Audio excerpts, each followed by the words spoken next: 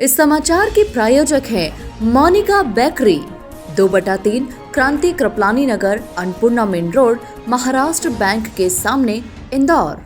इस न्यूज के प्रायोजक हैं दास बेकर्स, स्थान Shiv Shakti villa, plot number 87, scheme number 103, दुकान नंबर 2, केशरबाग ब्रिज के पास, इंदौर।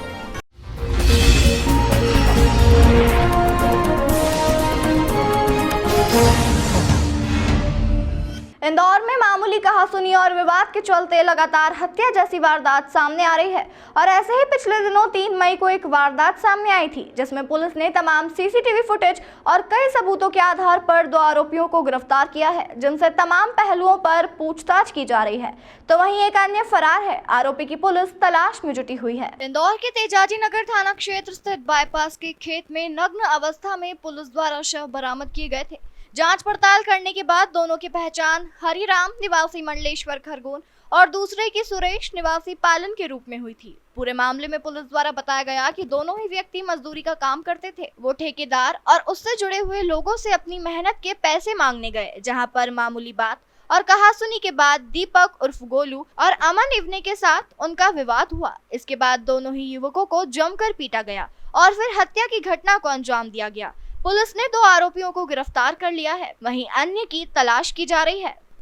जैसे कि आप सबको पता है, 3 मई के आसपास एक घटनाक्रम हुआ था, जिसके अंदर पुलिस को लगभग 11 बजे के आसपास सूचना प्राप्त होती है कि जो नेमावर जो ब्रिज है, उसके सामने एक खेत है जहाँ पे एक मृतक व्यक्ति की लाश पड़ी हुई है निवस्त्र अवस्था के अंदर।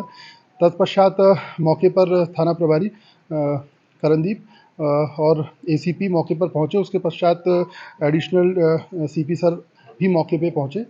उसके पश्चात जब पुलिस ने छानबीन स्टार्ट करी एरिया की, तो वहाँ पे उस मृतक बॉडी से 100 मीटर की दूरी पर एक और मृतक बॉडी मिली, उसी कंडीशन के अंदर, निवस्त्र अवस्था के अंदर।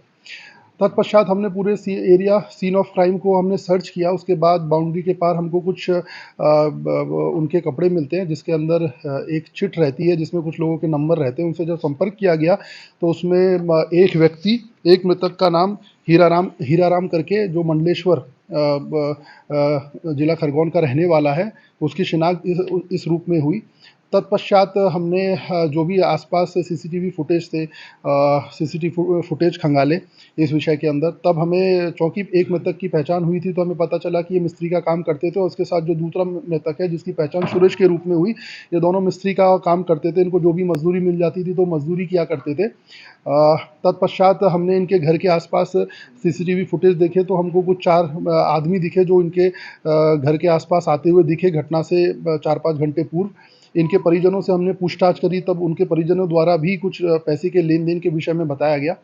तत्पश्चात हमने सस्पेक्ट के बेसिस पे 2 लोगों को उठाया, जिन्होंने घटना कबूल करना स्वीकार किया। एक का नाम दीपक उर्फ गोलू है, जो कि जिला देवास का रहने वाला है। इसके अलावा दूसरे का नाम अमन इब्ने है, जो जिला बैतूल का रहने वाला है।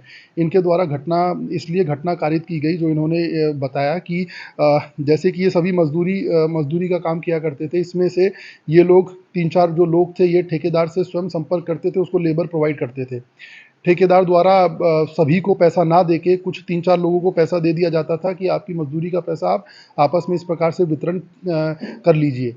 लेकिन ये जो लोग थे, उनको जो और लोगों को कम पैसा देते थे, जिसके कारण ये लोग उनसे पैसे की डिमांड करते थे कि हमारा पैसा दीजिए।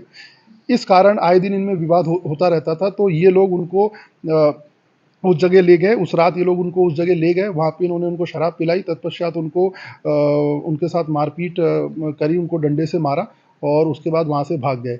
तो इस पूरे प्रकरण के अंदर हमने टोटल 3 आरोपी हैं, जिसमें से पुलिस द्वारा 2 को राउंड अप किया जा चुका है। एक की पुलिस अभी भी तलाश कर रही है, जो संभवतः 1-2 दिन में हम उसको भी राउंड अप कर लेंगे। मिस्त्री का और नॉर्मल मजदूरी का काम किया करते थे, तो 2,500-3 हज़ार रुपये की जो बात उनके लिए वो बहुत बड़ी बात होती थी, उनके लिए बहुत एक बड़ी रकम होती है। तो इस पूरे प्रकरण में 2,500 रुपये के आसपास की संख्या थी जो वो लोग उनसे मांगते थे, जिस कारण ये विवाद पूरा हुआ। किस प्रकार मांगते सर? अवैध वसूली थी या खरी कराइयों को लेकर पैसा था, क्या था? देखिए, अवैध वसूली तो नहीं कहेंगे हम इसको। ये ऐसा प्रकरण था कि ये 10 लोग थे, मानो 10-15 लोग थे आपस में। तो इनमें से 2-3 लोग थे जो ठेकेदार के कांटेक्ट में रहते थे और ठेकेदार उनको कहता था कि मुझे मिस्त्री का काम कराना है या केटरिंग का काम कराना है। तो ये लोग जिम्मेदारी लेते थे कि हम आपको 10 या 15 लेबर प्रोवाइड करा देंगे। फिर ठेकेदार इन्हीं को, जो भी मजदूरी होती थी तो ठेकेदार इन्हीं को पैसा दे दिया करता था कि आप जो भी आपने मजदूर आए हैं उनको पैसा दे दीजिए। तो ये उनको प्राय कम पैसा दिया करते थे और ये लोग उनसे मांगते थे अपना पैसा कि हमारा पर दिन के रेट के हिसाब से इतना रुपया हुआ, तो ये उनको नहीं देते थे और ज़्यादा मांगते थे तो उनके साथ मारपीट करते थे। तो उसी ये पूरा घटनाक्रम इसी से संबंधित था। तो कुल मिलाकर कर लिया है पुलिस द्वारा इसमें जितने भी पॉसिबल साक्ष्य है और इसको हमने चिन्हित अपराध की श्रेणी में भी लेके आए हैं ताकि इसमें कन्विक्शन रेट 100% पुलिस प्रयास करेगी कि इसमें कन्विक्शन रेट 100% हो। तो जो भी सख्त से सख्त कार्रवाई वो पुलिस ऑलरेडी कर रही है इस पूरे प्रकरण के अंदर। सभी एक ही वर्ग के लोग हैं, तो तीसरा जो आरोपी है वो भी इनके साथ मजदूरी किया करता था, मिस्त्री का काम किया करता था, लेकिन ये जो जिन्होंने इस घटना को कारित किया उनके साथ रहता था, वो भी जिम्मेदारी लेता था ठेकेदार से कि भाई हम आपको लेबर प्रोवाइड कर देंगे। तो वो भी इसी बैकग्राउंड का है।